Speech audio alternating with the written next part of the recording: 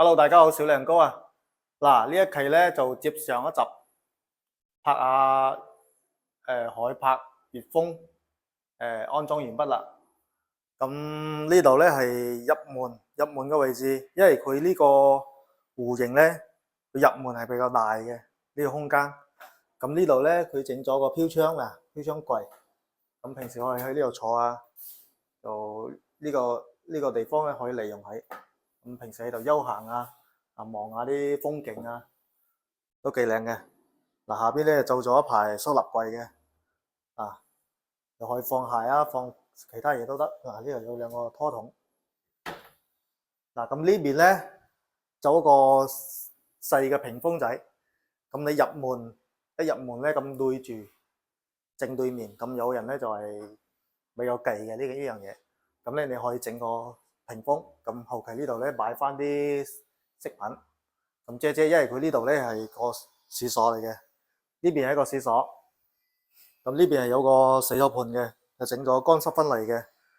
咁呢個位置咧整個屏風嘅入門咧就睇到就會靚仔啲。嗱，咁呢邊咧再睇睇呢邊，嗱佢呢邊咧，嗱佢就咁樣啦。好多粉絲問咧話小亮哥啊，嗰個電視櫃我想做到睇唔到線嘅，即係掛上電視咁啊，完全睇唔到線，個台面乾乾淨淨。咁點樣做咧？嗱，鏡頭過嚟睇睇。咁我哋咧係一條長嘅電視櫃，咁樣咧我哋將嗰啲插座咧就全部隱藏喺櫃入邊。咁好多人問啦，咁你隱藏喺入邊，咁你插嘢嗰陣時咧就唔好方便嘛，插頭嘛，係咪啊？咁我咧呢個台面咧整咗個粗拉嘅，咁樣一拉出嚟，咁線咧就喺呢度，電視嘅線就喺呢度提前預埋。嗱，呢度係提前預埋好嗰個5零管嘅。咁呢度掉個插座落去啦，咁呢度拉出嚟，咁喺呢邊插，咁插好，跟住嗰啲路由器嗰啲都係可以放喺入邊。咁呢度開咗個缺口，咁咪信號都好嘅，都唔怕影響信號。咁咪一關，嗱，其他嘅咧就係拖筒嚟嘅，其他嗰啲係拖筒。咁咧你成排電視櫃咧就比較簡潔大方。嗱，咁呢邊咧又係做咗風窗嘅，呢個陽台都好大噶啦，睇睇。嗱，依家裝上完工嘅狀態。咁呢邊咧呢個業主咧就係呢個護欄咧係本身原有嘅，咁佢就喺上邊加咗一節嘅啫。咁如果有朋友需要成個落地咧都可以嘅，都可以整成落地。嗱，咁呢邊咧，咁呢度咧簡單整咗個陽台櫃。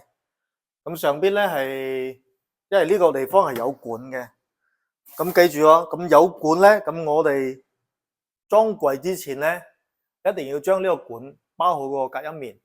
咁呢邊咧係入邊嗱，呢個面咧係包咗隔音棉。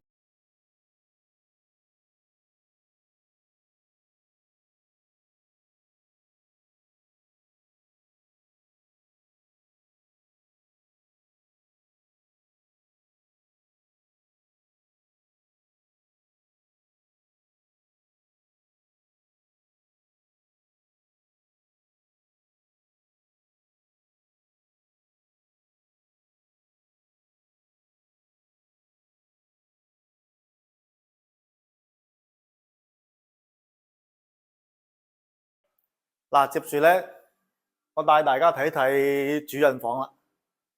嗱，咁呢個主人房咧都係好大嘅，入邊都係套間嚟嘅。嗱，呢度擺張米八嘅床啦，跟住呢邊有個窗都好大嘅。咁呢邊咧都係整咗個屏風嘅。嗱，呢個屏風就係入門個門咧係對住床。嗱，可以睇睇呢個屏風個床咧係對住入邊有個衛生間嘅。咁對住衛生間咧，咁整咗個屏風隔斷，咁樣咧係都比較美觀嘅。咁呢邊咧整咗個大嘅衣櫃啦，係個收納衣櫃拖筒。咁呢邊咧整咗個梳妝台嘅。梳妝台記得喎，啲轉角位咧一定要整圓角嘅啦，啲圓角，咁防止咁樣行咧就唔怕撞到嘛。咁呢個角咧係要整圓嘅，啲過渡位置。一樣係有拖筒啦。咁呢邊係有鏡啦，同埋呢度咧有可以放啲化妝品啊之類嗰啲啊，比較實用嘅。啊，呢邊係簡簡單單一個衛生間。嗱，咁呢一期咧就介紹到呢度啦。咁需要做櫃嘅朋友可以揾我小梁哥關注下，點個關注，拜拜。記得關注再走哦。